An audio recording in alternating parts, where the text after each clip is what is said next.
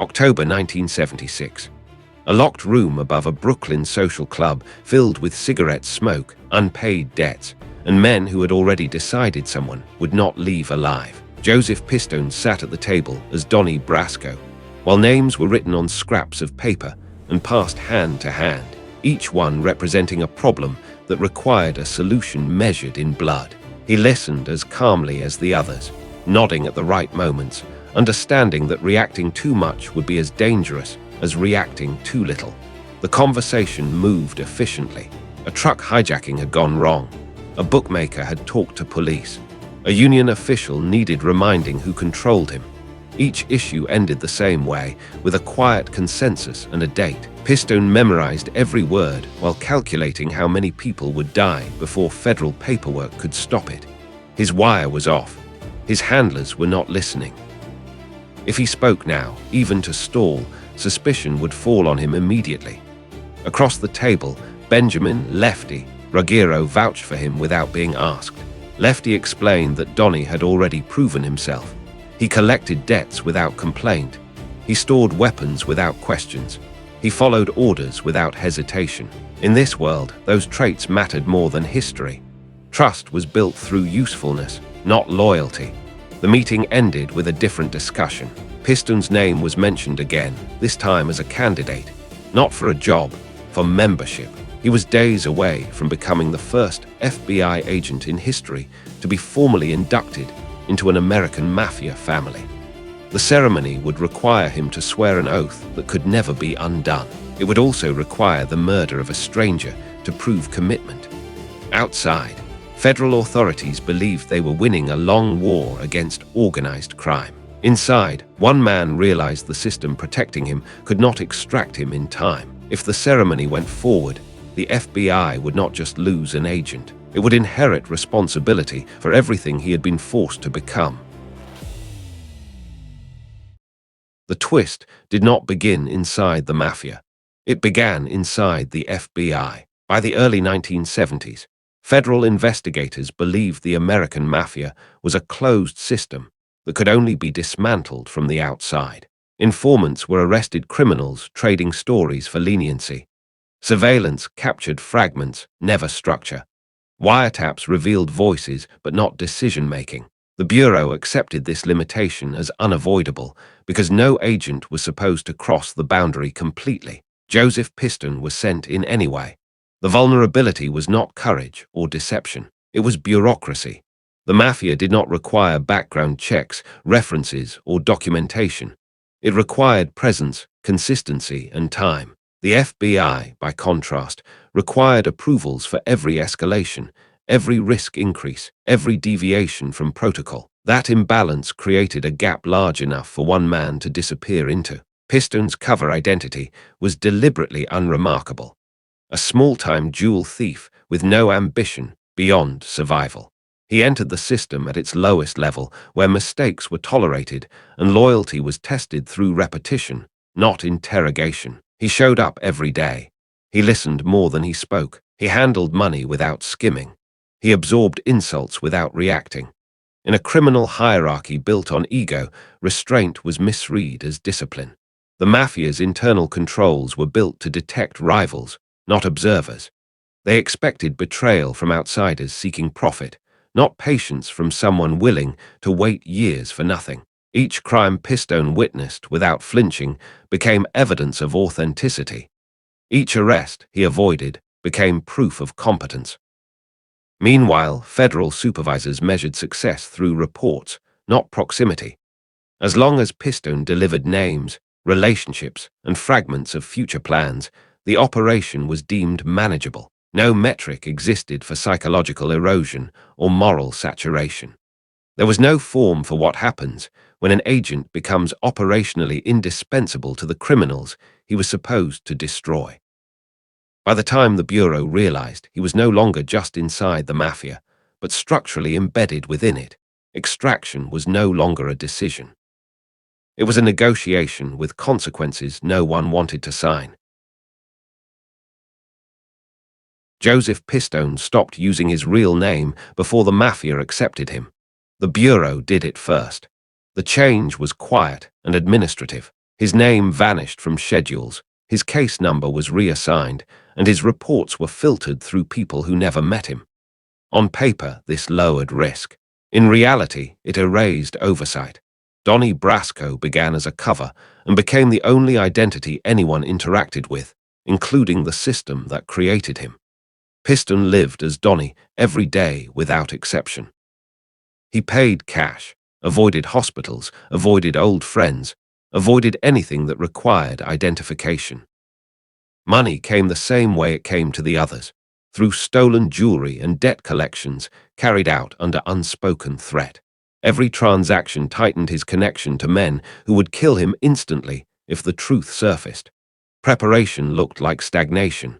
Endless hours in social clubs listening, long drives to meetings that led nowhere. Repeated stories, casual insults, and contradictions meant to expose hesitation.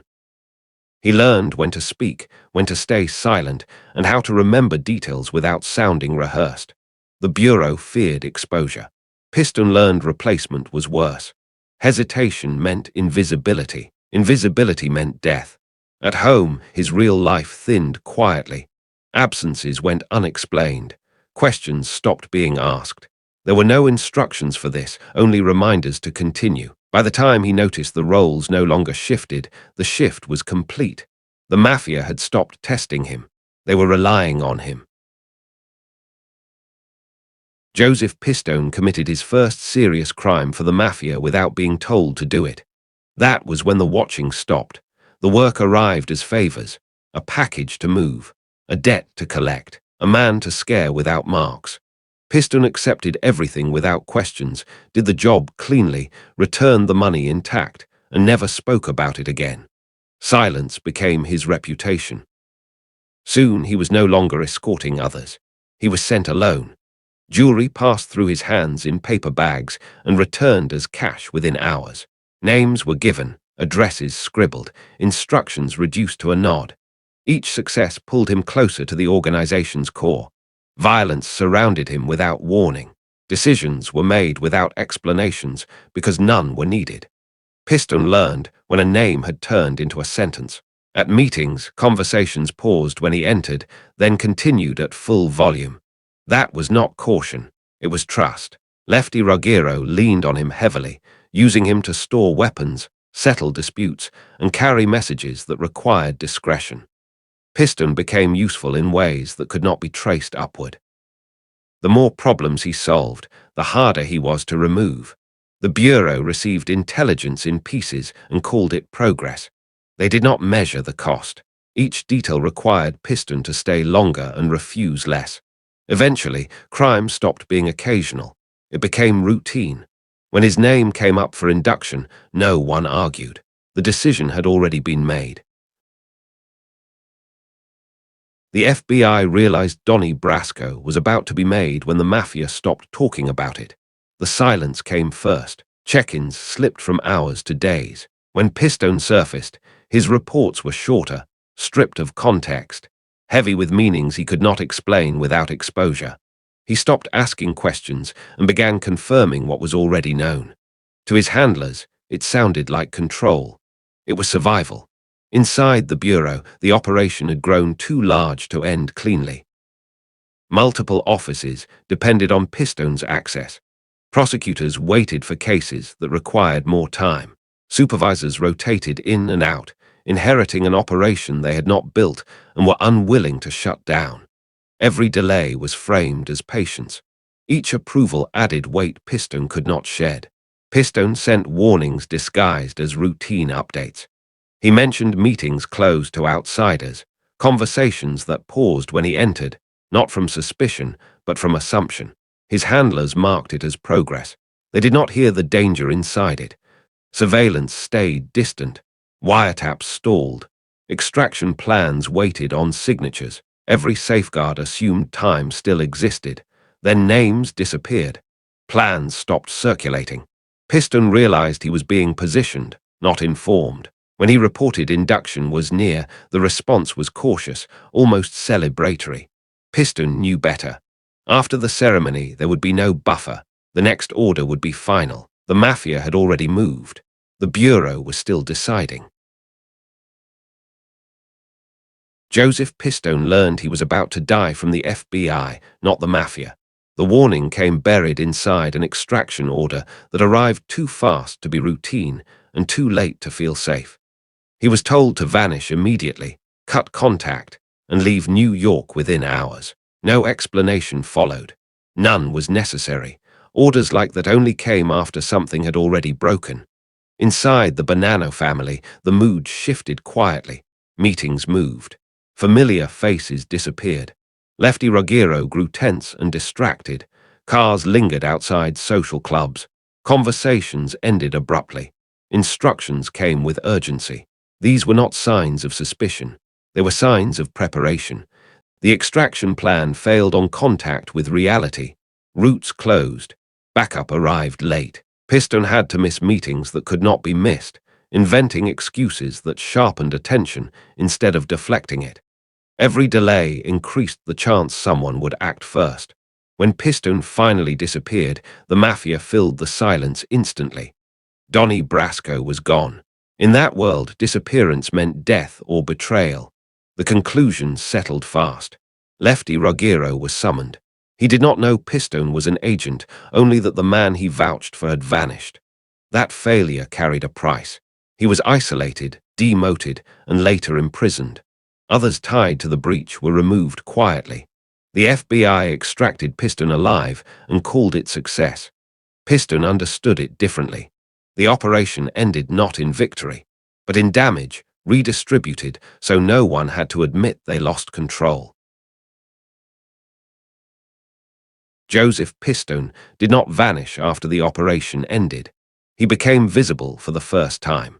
The Bureau returned him carefully, relocating him, briefing prosecutors, and shaping years of lived crime into courtroom testimony. His words carried weight. Juries listened. Convictions followed. On paper, the operation delivered everything it promised. Outside the courtrooms, the outcome looked different. Lefty Ruggiero died in prison, isolated, and still unable to understand how loyalty had ended in abandonment. Others exposed through Pistone's access were killed before indictments reached them. Their deaths never officially linked to the breach that caused them. The damage spread quietly, unrecorded and unclaimed. Pistone lived under permanent protection. His face could not be used. His routines could not settle. The identity he wore for years never fully disappeared. When he spoke publicly, it was as proof of success, not as evidence of cost. The FBI absorbed the operation into institutional memory. Manuals referenced it. Speeches praised it.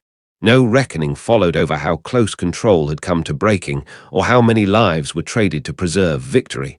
The Mafia adapted. Trust tightened. Inductions slowed. The door Pistone entered closed behind him. The infiltration worked exactly as designed. What remained unresolved was what it required and who paid for it.